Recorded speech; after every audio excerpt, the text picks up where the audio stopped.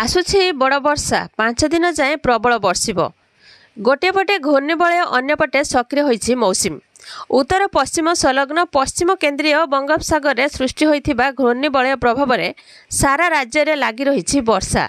आज प्रबल वर्षा नहीं बालेश्वर, मयूरभंज, केन्दुझर, पुरी, खोर्धा, कटक, जाजपुर, झारसुगुड़ा, संबलपुर, बरगढ़ एवं सुंदरगढ़ को सतर्कता जारी करा जायछि।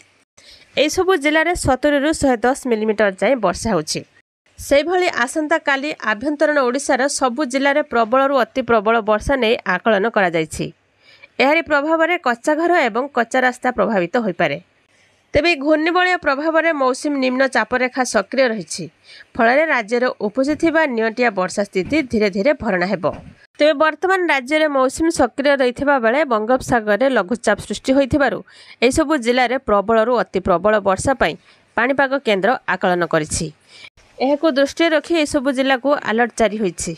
पाणीपाग केन्द्र पक्षरु सूचना अनुसार झारसुगुड़ा, संबलपुर, बरगढ़, देवगढ़, ढेंकानाल, अनुगुल आदि जिले में प्रबल वर्षार आशंका। एहासह केन्दुझर जिले में किछि स्थान में प्रबल रु अति प्रबल वर्षा हेबो बोली आकलन करिछि पाणीपाग विभाग। आसंता काली पर्यंत राज्यर प्रबल वर्षार संभावना। तेबे आसंतु देखिबा केउ सब जिला को प्रबल मात्रा रे वर्षार संभावना। वीडियो को लाइक करंतु। चैनल को जदि नुआ आछंती चैनल को सब्सक्राइब करी पाखर थिबा घंटी चिन्ह को दबाई दियंतु। तेबे राज्य में 14टी जिले में प्रबल वर्षार आशंका। 15टी जिले में घड़घड़ी सह 30 ରୁ 40 किलोमीटर बेगर पवन भी होई पारे। एने सतर्कता जारी करिछि पाणीपाग विभाग। आगामी 2 सप्ताह पाई जारी होइथिबा पाणीपागर पूर्वानुमान अनुसार आगकू 2टी घूर्णिबलय सृष्टि हेबार संभावना अछि।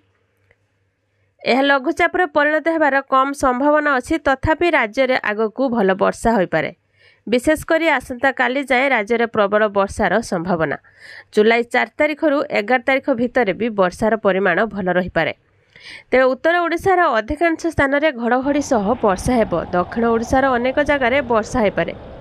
सेहिपरि बालेश्वर, केन्दुझर, मयूरभंज, पुरी, कटक, खोर्धा, जाजपुर, झारसुगुड़ा, संबलपुर, बरगढ़, सुंदरगढ़ जिले में स्थान स्थान प्रबल वर्षा हेब।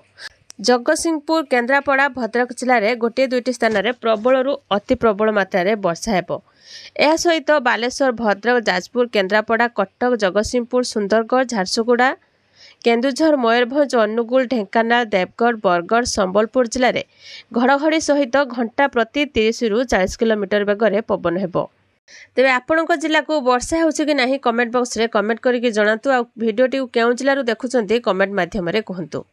तेबे आभ्यंतरण ओडिशार अनेक उपकूलरू अल्प किछि जगार वर्षा हो पारे। किछि स्थान में प्रबल वर्षा संभावना अछि। उत्तर ओडिशार अनेक स्थान में एवं दक्षिणर अल्प किछि जिले में वर्षा हेब। तेबे जुलाई 2 तारिख रु 3 तारिखर वर्षार संभावना थिले मध्य परिमाण कमी पारे।